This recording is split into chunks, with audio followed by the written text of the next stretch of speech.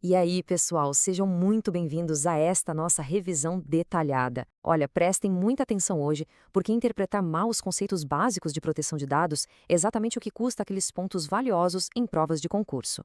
Hoje a gente vai pegar todo aquele jargão jurídico complicado e transformar em conhecimento prático, direto ao ponto. Nós vamos montar um verdadeiro mapa mental da Lei Geral de Proteção de Dados, a famosa LGPD, e focar especificamente em como ela é aplicada lá na nave Brasil. A ideia é mergulhar de cabeça nisso para garantir que nenhuma pegadinha de prova pegue vocês de surpresa, combinado? O nosso roteiro para essa Masterclass é o seguinte: 1. Fundamentos e tipos de dados. 2. Os agentes de tratamento. 3. A LGPD no setor público. 4. A aplicação na nave Brasil. 5. Vamos ter um teste rápido de conhecimentos. E 6. O nosso checklist final de revisão. Vamos começar. Parte 1. Fundamentos e tipos de dados. A ideia central de tudo que a gente vai falar aqui é a Lei 13.709 de 2018, a LGPD. E, gente, o objetivo supremo dessa lei, de verdade, não é só criar mais burocracia ou dor de cabeça para a TI. O foco dela é proteger a liberdade, a privacidade e o livre desenvolvimento da pessoa natural. Ela existe para disciplinar como as informações são tratadas. Tudo gira em torno de proteger o indivíduo, seja no mundo digital ou no físico. E aqui tem uma divisão que as bancas de concurso simplesmente amam explorar. É a diferença entre os tipos de dados. De um lado, a gente tem o dado pessoal comum. O que é isso? É qualquer informação que identifique ou possa identificar uma pessoa, tipo um nome, um CPF, o endereço. Agora, do outro lado, e exigindo um cuidado infinitamente maior, a gente tem o dado pessoal sensível. Isso inclui origem racial, religião, dados de saúde, biometria, política. O ponto-chave para a prova é: o dado sensível carrega um potencial enorme de gerar discriminação. E é exatamente por isso que a lei exige uma camada de proteção muito mais rigorosa para ele. Memorizar essa distinção é fundamental. Parte 2. Os agentes de tratamento. Bom, quem é que mexe com esses dados? A lei cria uma relação muito clara de poder e subordinação aqui.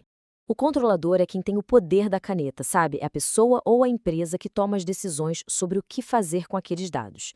Pensa no controlador como o arquiteto de uma obra. O operador, por outro lado, é quem literalmente põe a mão na massa e executa a obra, mas seguindo rigorosamente a planta do arquiteto. A execução acontece sempre em nome do controlador. O operador não decide nada por conta própria, ele só cumpre ordens claras. E para garantir que não dê aquele branco na hora da prova, anotem esse mnemônico que é ouro. COE. Controlador decide, operador executa e o encarregado comunica. O encarregado, que muita gente chama de DPO, é a ponte. Ele é o canal oficial de comunicação entre o controlador, os titulares dos dados e a ANPD, que é a Autoridade Nacional de Proteção de Dados.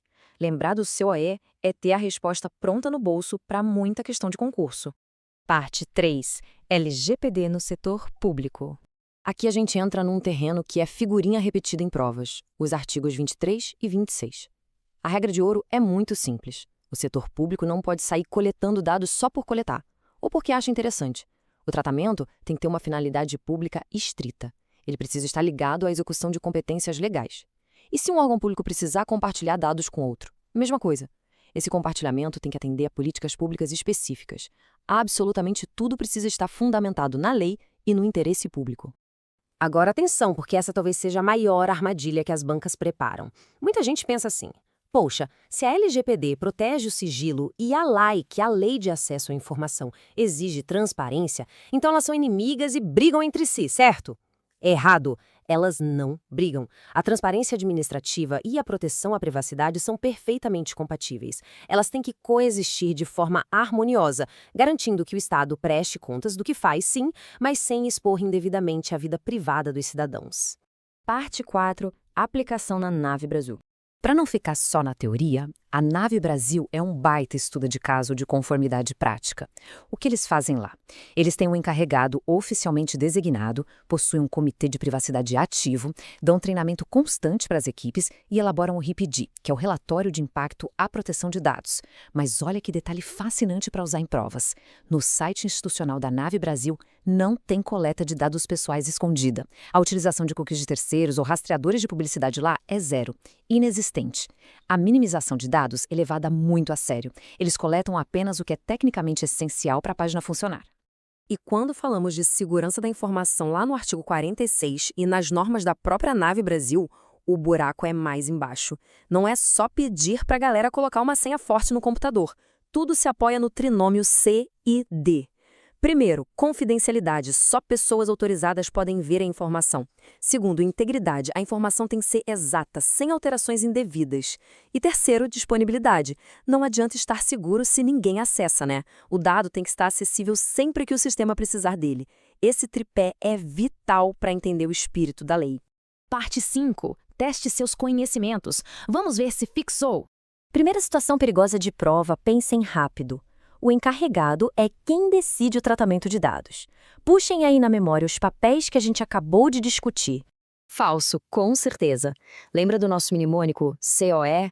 Ele salva vidas aqui. Quem decide as regras do jogo e dá a palavra final é sempre o controlador. O encarregado é puramente o canal de comunicação, o elo de apoio. Fujam dessa armadilha clássica. Segunda perguntinha venenosa. A transparência pública que a lei exige e a privacidade da LGPD são incompatíveis na prática? E aí? Falso de novo. E o melhor argumento para usar é o caso real da Nave Brasil. Se vocês olharem o SIC deles, o Serviço de Informação ao Cidadão, eles listam lá, lado a lado, a lei e a LGPD como legislações aplicáveis. Transparência e privacidade convivem pacificamente, é só desenhar os processos de um jeito correto e integrado. E chegamos à parte 6, nosso checklist final de revisão.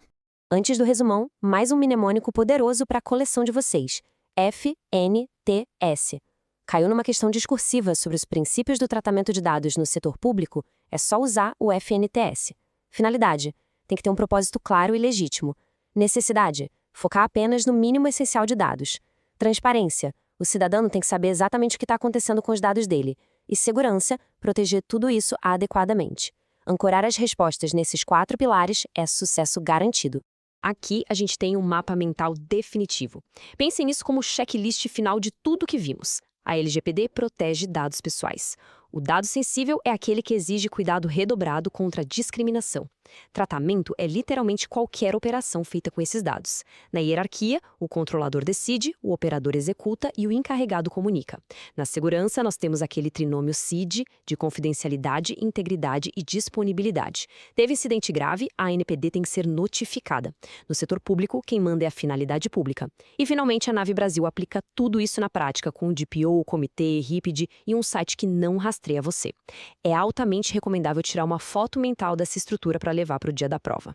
Para encerrar a nossa Masterclass de hoje, eu quero deixar uma reflexão que é o coração desse debate todo. Como uma entidade pública consegue equilibrar a necessidade absoluta de transparência com o direito fundamental à privacidade na era digital? E, no fundo, é exatamente isso que a Nove Brasil e outros órgãos buscam ao harmonizar a LGPD com a lei. Entender que esse equilíbrio não só é possível, mas é exigido por lei, é a chave para mandar bem nas provas e para entender a modernização do próprio Estado. Pessoal, foi um prazer gigantesco guiar essa revisão. Foco nos estudos e até a próxima!